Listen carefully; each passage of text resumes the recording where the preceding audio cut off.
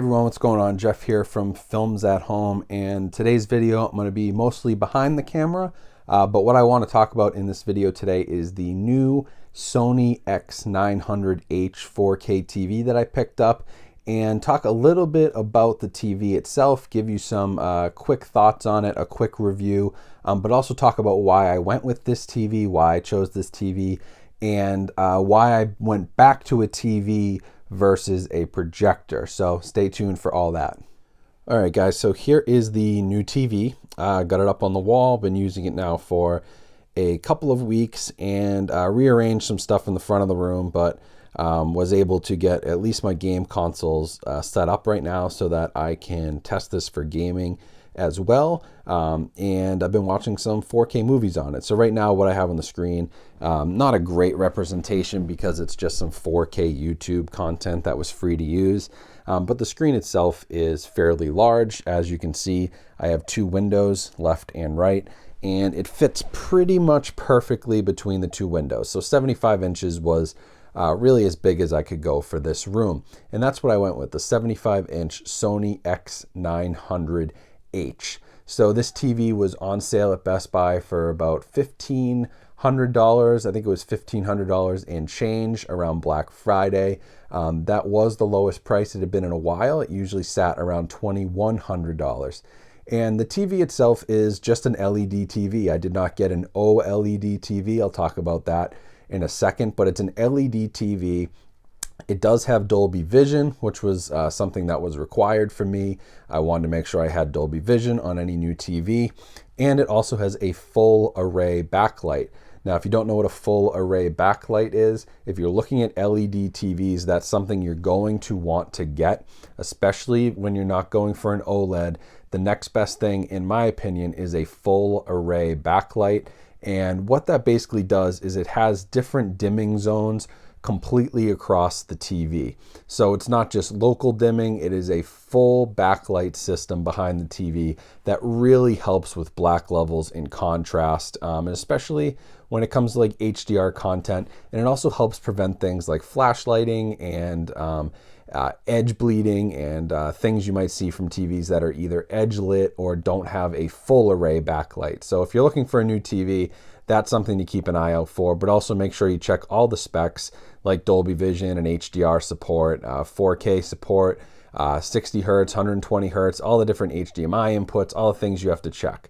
But I thought this was a really good TV. It got some great reviews online, and I am very pleased with it so far. The color on it has been incredible.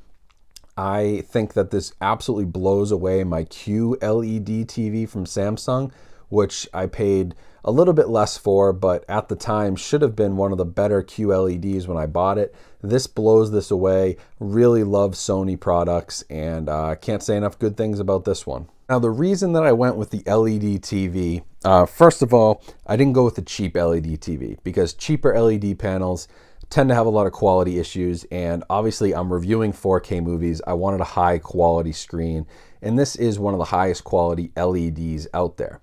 Now, the reason I didn't go with QLED was because I already had one of those, and it was just so-so. I liked it, but I thought these Sonys looked better. And the reason I didn't go with OLED is really for a couple reasons. The first major reason is the price. I could get a 65-inch OLED or maybe a 55-inch from LG or Sony for roughly the same price I paid for this. And to me, the picture quality was negligible between a high-end LED with full array backlighting like this TV and an LG or Sony OLED. They definitely have better picture quality and better blacks, but to me, it wasn't worth another $1,000 or $1,500 to get a TV this size. So I went for the size. I went for the 75 inches to give my home theater a little bit of a bigger feel. And yes, I sacrificed some of the OLED, but I was able to stay around $1,500 and not break my budget. The other reason I stayed away from OLED is because of the burn-in, and I know that it's been getting better in recent years, but I still don't fully trust that technology, especially for somebody like me who's doing reviews and oftentimes has content paused, is pausing things for long periods of time is using a Blu-ray player or a gaming system like a PlayStation or an Xbox on this TV, which can sometimes be left on the menu screen for a long time. I just had a lot of concerns about burn-in, and it's a real issue with OLEDs. Things will burn in on your screen. You can have problems, much like plasma TVs. Plasma TVs were always higher quality than LCD and LED, but they had some of the same issues. So I was afraid of that, especially with what I use this TV for. But I'm really happy with the decision I made. I didn't break the bank. I got a great TV. I got it in the size that I wanted it. And it's just, Sony makes such a nice 4K panel that this full array backlit, this model in particular, is the nicest TV that I personally have ever owned. So that's just some of the reasoning for OLED. I'm sure some of you would have loved to see me get that. And trust me, if I was a millionaire and money was no issue, sure, I'd probably go for an 85-inch or 77-inch OLED TV, but I just can't justify spending twice as much when this one gives me such a great picture already. Now, this Sony TV here runs off of a very similar technology that you saw on my Hisense TV 4K review. This is running off of Android TV, which I really like. I really like the Android TV interface because you have a real app store. It's Google supported. You know, anything that Google supports that's in the Google Play App Store, you can get on your TV. It's a very fast interface. You can talk into the remote, much like a Siri on an iPhone. It has voice support. It has all the major applications.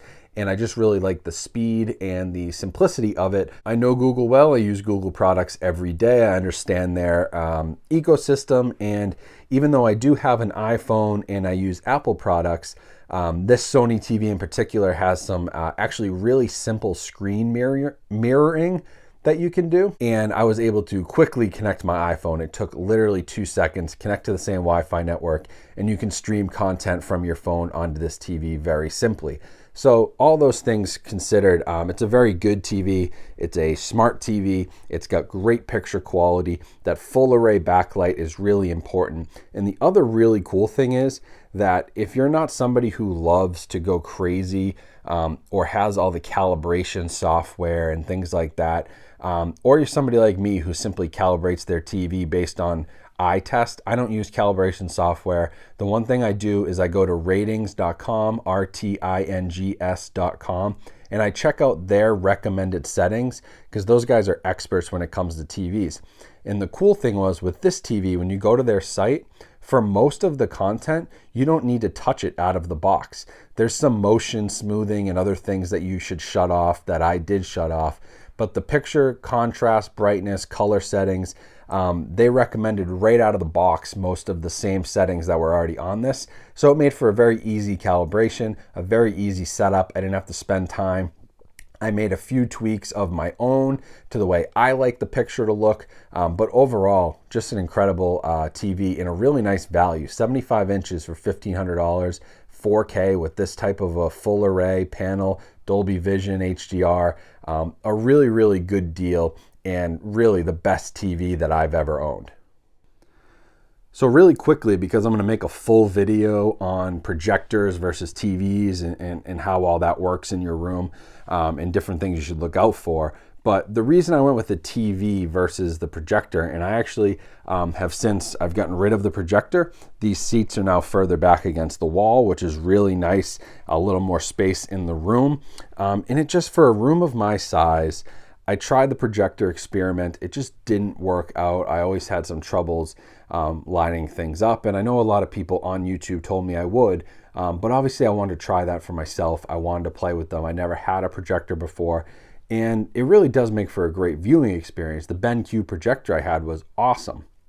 But in a room of this size, you can spread out, push your chairs back, get a little more leg room, go to a 75-inch TV, and with the viewing distance that I have of about, roughly 10 feet, this is the perfect size for this room.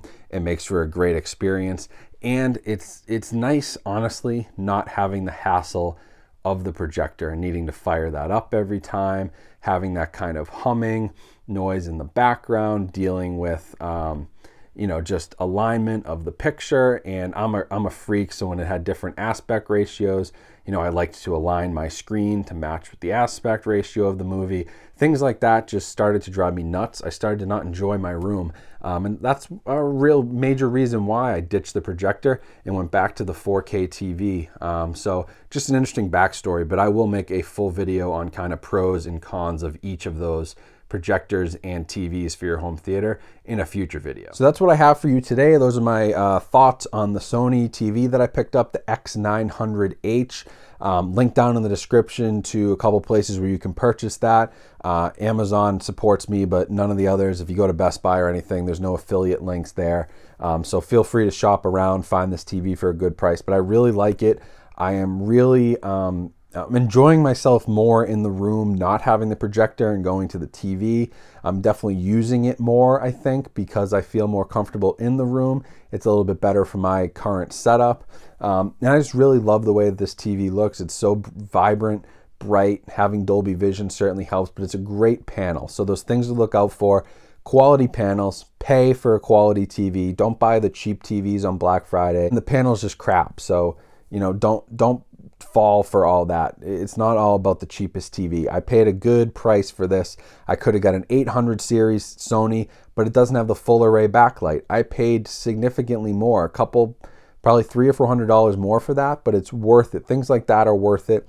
And if you have the money to spend $3,000 or even $4,000 on an OLED TV, by all means, those are great TVs. It just didn't work right now for my financial situation, and I couldn't justify it. But I'm not putting them down by any means. I just think that there are good TVs in that $1,000 to $1,500 price range that can compete with an OLED for twice as much or $1,000 more. So yeah, no sponsors in this video. I bought this TV myself. I bought it from Best Buy, went and picked it up. Sony didn't sponsor me or anything like that.